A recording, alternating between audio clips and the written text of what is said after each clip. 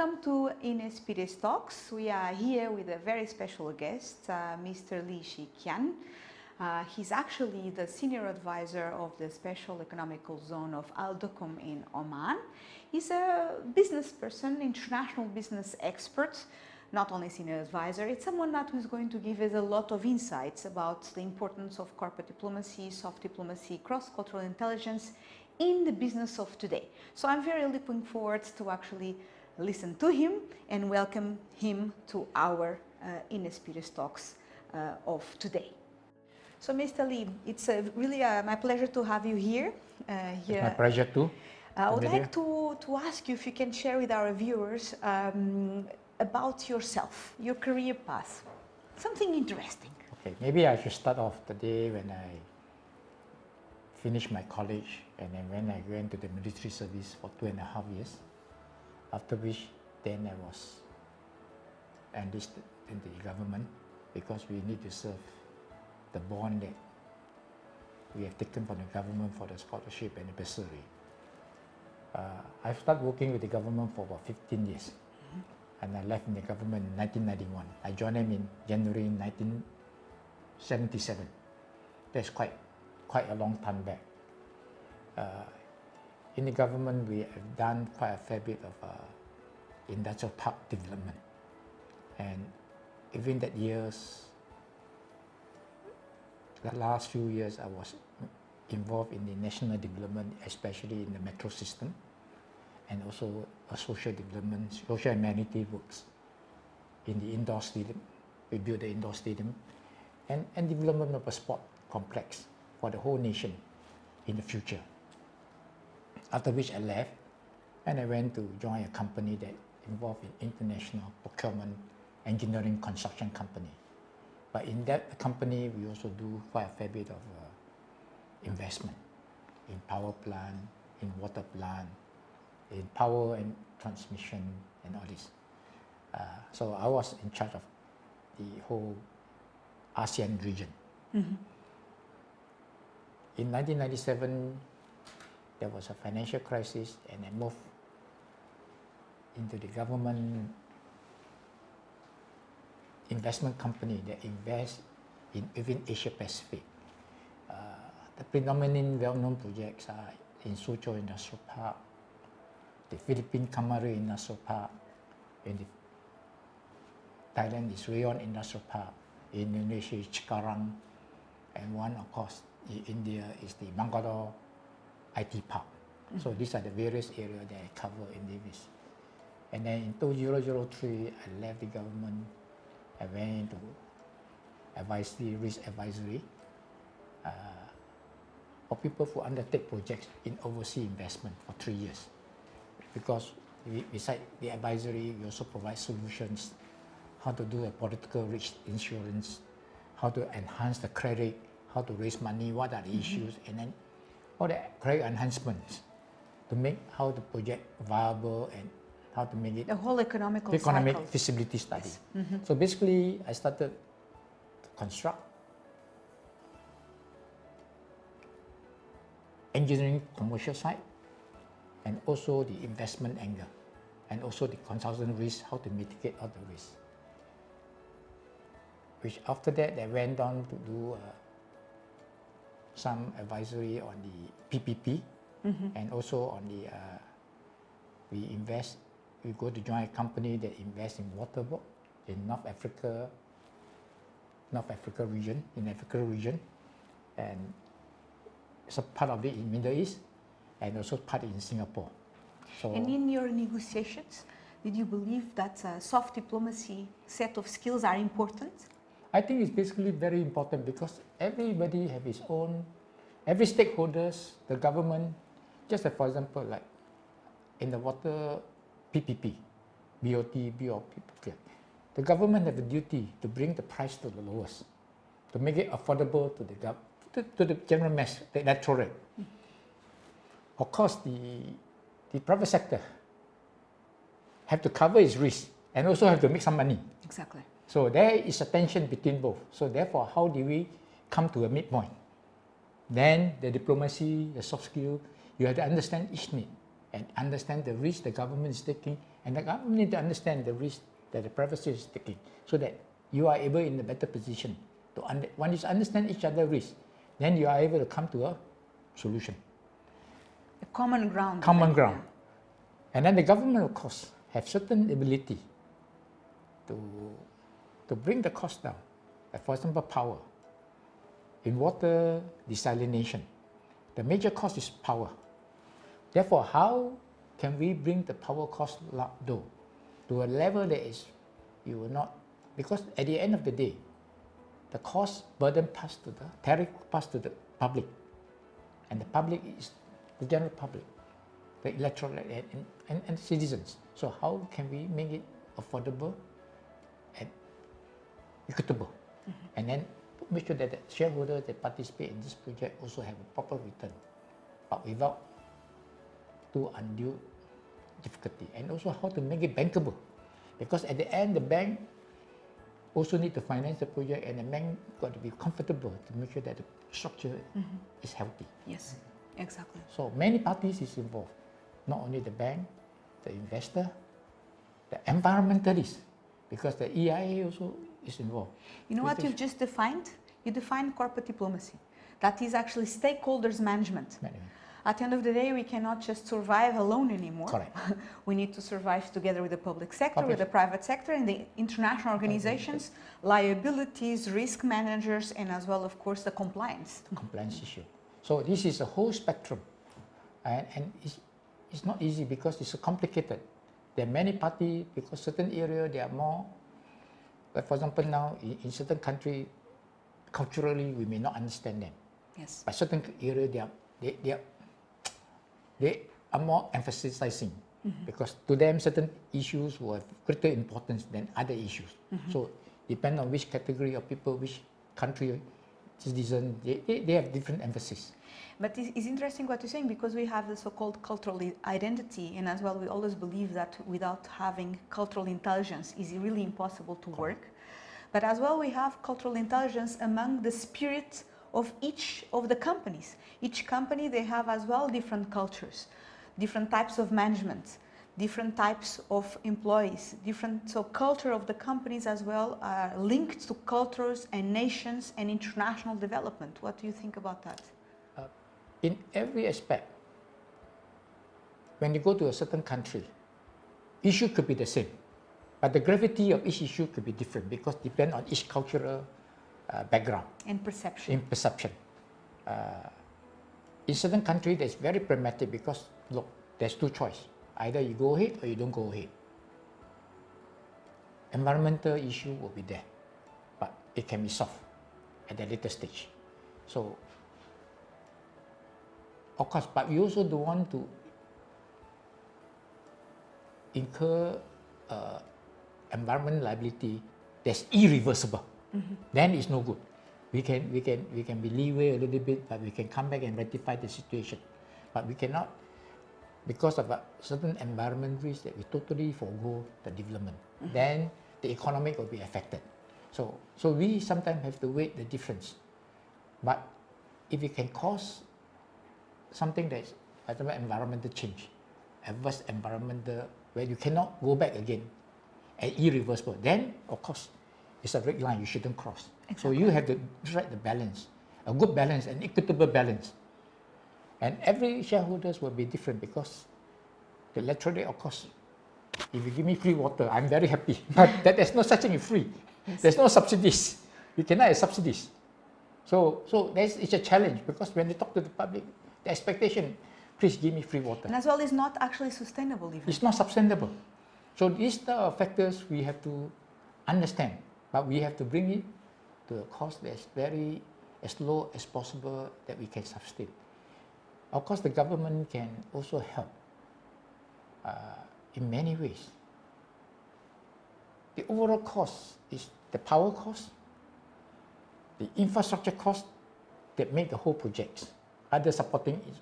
If the government is able to provide a very efficient structure and efficient power supply, the losses is minimized, the cost is minimized. So the pass-through cost to my project also will minimize. So it benefits the whole country. It's not only to me, but it's to the whole country. So we have a top line, and in between the line is all the cost element, logistic cost, indirect and indirect overhead. So we can try to minimize the overhead. Once you minimize the overhead, therefore the bottom line, we can have to maintain the bottom line, and the company benefited, the country also benefited. So it is a strat. It's therefore to understand the key important issues that affect each and every project. And do you believe nowadays that business are faster or slower? I think depend on the complexity. There's no such thing that the business is faster or slower. I think the way when we do a certain project, we are not alone. We need the bank to finance the project. The financial have a different regulation regime. Exactly. Now the compliance issue is a bit more stricter. So therefore the bank, when they finance the project, they got to go through more compliance issues to do the credit rating and understand the environment impact analysis, the social impact analysis. This will definitely take a longer time. And you lived in different countries? Yes. So which were the challenging ones in the cross-cultural area? I must say, If Africa, you want to not share with Africa. us. Africa is the most challenging. I lived in Africa as well. I implemented many projects and I went to a few countries. yeah. I think I would not want to name the countries, but Yes. I think in Africa it's more challenging than any countries. I will say that I also went to a few countries in the Middle East, GCC. I think this country is quite comfortable, very comfortable. I think among the best. I've been in Asia also. I think Singapore is quite okay. Of course, I've stayed in Jakarta, I've stayed in Thailand, I've stayed in China, Suzhou, various parts of China, Philippines. Of course, every country has good point and not so good point. Overall, the country that I stay, and because I'm willing to go there, is quite acceptable. Except Africa is a bit challenging. It's a bit challenging. But what I've said is earlier days, in the early 90s, it's not recently. So I have not been to Africa in the recent years. The last 7-8 years I've been. But there's a lot of opportunities in Africa as well. Yes. If the path is correct and sustainable, I think that the opportunities are there as well. They are very important because I am actually keeping a watch on the east coast of Africa, because this will affect Duqum. How the country develop, the development of a country will affect the development of Duqum, because they are very near to us, and I take it as part of one of the regional development. And how did you end up here in Oman, in Duqum? I was headhunted. As special advisor. I was headhunted by the Omani government. Engaged a headhunter, and the headhunter approached me, who so happened to have an office also in Singapore, and I also have worked with this headhunter. Is actually a finance advisory firm, and we have worked together before. And this I have provided some subject matter advisory to them, and that's how my name was brought in by them and then submitted to the Omani government. And that's why I was selected as a CEO. I served for the last 6 years as a CEO, and recently I've been redesignated as an advisor to the minister. This is fantastic.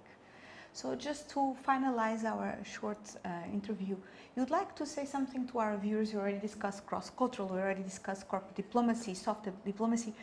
All these skills combined for example, the new people in business, the people that actually have to manage this big project. Do you have any advice based on your career, based on your evolution, your experience, that actually we should always be constant in learning? There's something we should constantly learn? Okay, the most important thing is that you must be willing to listen. Every investor,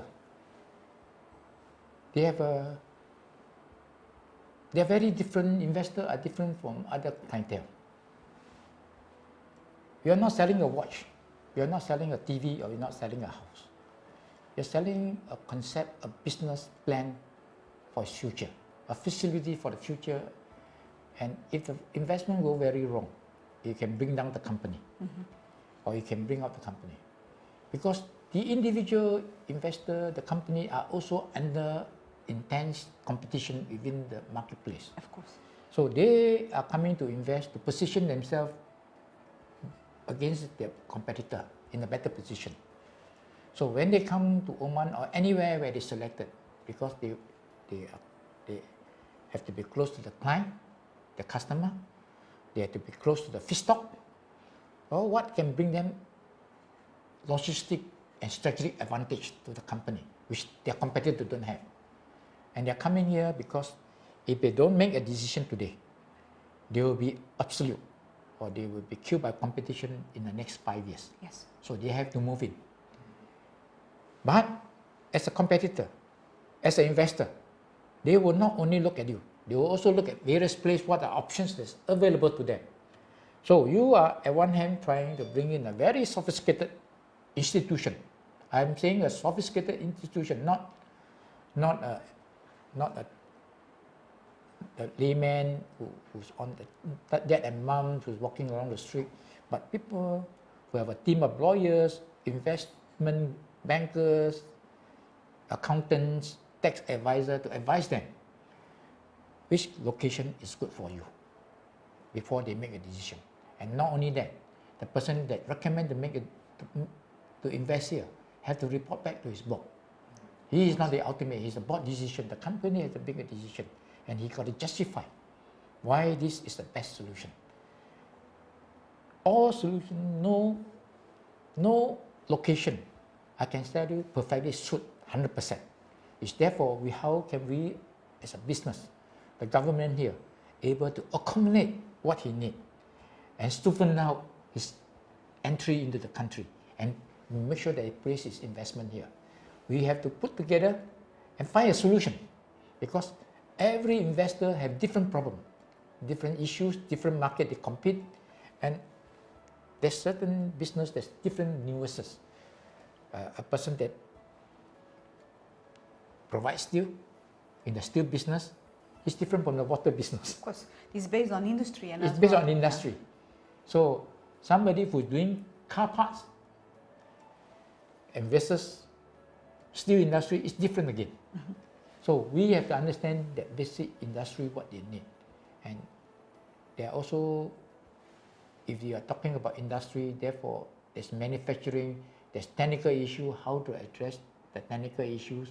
We must able to talk in the same language with the investor. Because investor, if you are able to talk in the same lingo, the same language, the same frequency, then you find a lot of comfort. Yes. Oh, this is the right place. Next time, maybe I may cover only 80%. There's still 20% of the item that's not covered. But I know this character, this 20%. This guy is willing to listen, is willing to help me to find a solution. That is critical. Because you have a feeling this guy is just only administrator. Apply the rule and law, but there's no solution providing. Exactly. Then when I come here, what happened? That's unknown, because the rule and law doesn't cover everything. That will not be sufficient to run my business. So what happened if I'm stuck in a gray area? That's not covered by any law. It's not possible. Every rule and law is watertight. No way. So you therefore have to project an image that you are willing to listen, you are willing to solve a solution.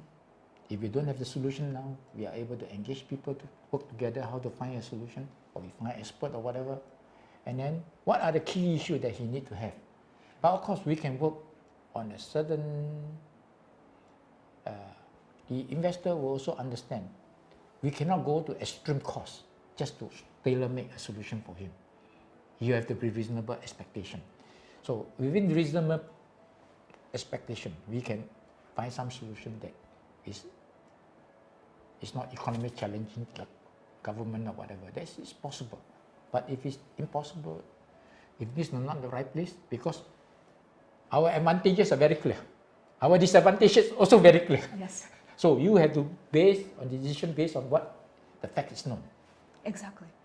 This is extremely good advice and how actually we need to apply corporate diplomacy and to manage our stakeholders properly, is to speak a different language, like actually speak a foreign language. We need to adapt as well our thoughts to different markets and industries. I want to tell you a language that, although I want to relate an incident, which is a joke. I came from English language, and I work in Algeria. They are using French. Because I don't understand French. Vous ne parlez pas français? I have to convert it to English, translate to English. So when you translate to English, I came from a very English background. I don't understand the French culture. Yeah. But unfortunately, we think it's a French culture, but the French being spoken by Algerian, the Algerian is a different culture again. So there's Algerian to French, French to English, and myself come from a Singaporean, not the British culture. So it's four culture, sublingually. Exactly. It's four culture. In everything. And they think that I'm coming from English. I'm not. I have used a lawyer, a French lawyer to translate. I'm doing desalination plant. I call it plant. So the French lawyer has translated plant into what? You know, in English, plant is also vegetable. So the product was, so when they translate from French to English and then English back to French. Then they said, Mr. Lee, where got water vegetable? I say water plant. Supposed to be water desalination, become water vegetable. No? So we are all laughing. So from plant to plant. From plant, water plant, a desalinated plant become a water vegetable. A plant. When I go back, because yes. It's different lawyer, doing different translation. So what sometimes, I mean, this is it's not a very serious, but what I'm trying to say that sublingually you may not understand, although just purely translating. Actually, there's a cultural difference in the communication, and it's very important for you to understand. Is the rule of international business. Thank you so much, Mr. Lee, to be present in these talks. It's really our pleasure to have you, and I'm sure that all our participants, members, viewers all over the world will really benefit a lot from your sharing, from your experience, and some tips for the future and for the present in this international business of 21st century. Okay. Thank you. Welcome. So see you next time, and meanwhile, please become one of our members at Innovation in Diplomacy Network, because this network is unique in the world and is for you.